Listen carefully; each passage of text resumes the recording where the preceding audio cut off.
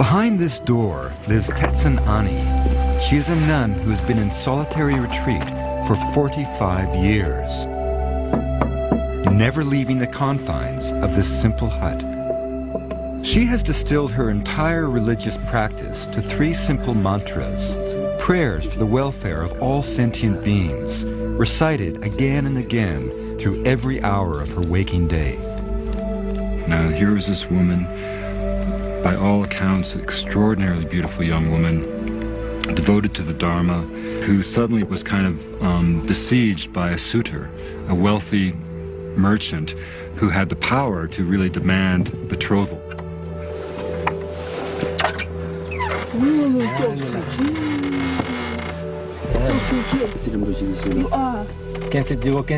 She escaped the suitor by climbing down through the hole of a cliffside latrine, then fleeing to a monastery. And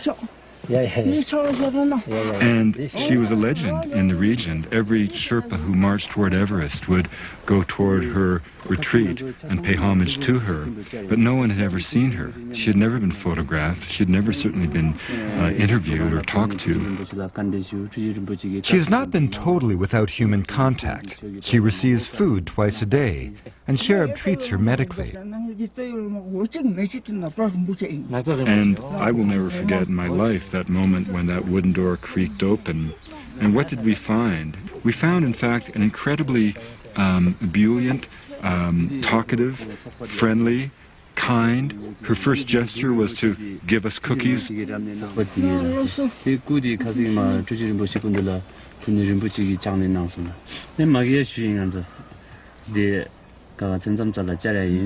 what did she do? She went right into the Dharma. And she sort of said to Mathieu, essentially, it's great all that monastic stuff you guys do, and, I respect it, and it's quite wonderful, but, it really just comes down to a single mantra.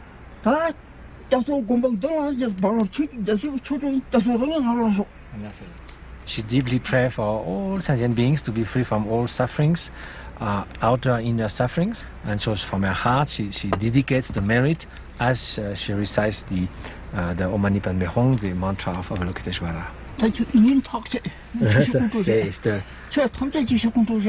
It's like the one Dharma that condenses all. Om Mani Padme Hum. Yes. So her life has been completely dedicated for 45 years to solitary retreat, to the recitation of the mantra, and all directed toward the well-being of all sentient beings, almost like her heart, just spreading compassion. Yes. It all boils down to our own mind, the quality and the nature of our mind.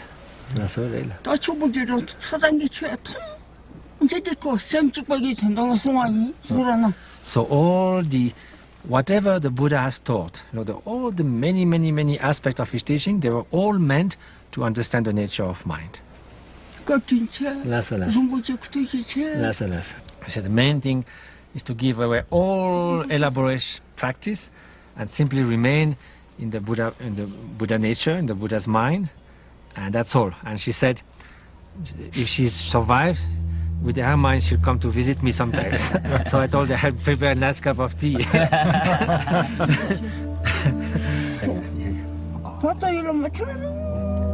Finding serenity through the Dharma is the experimental proof that validates the Buddhist science of the mind, just as a falling apple proves to us the existence of gravity.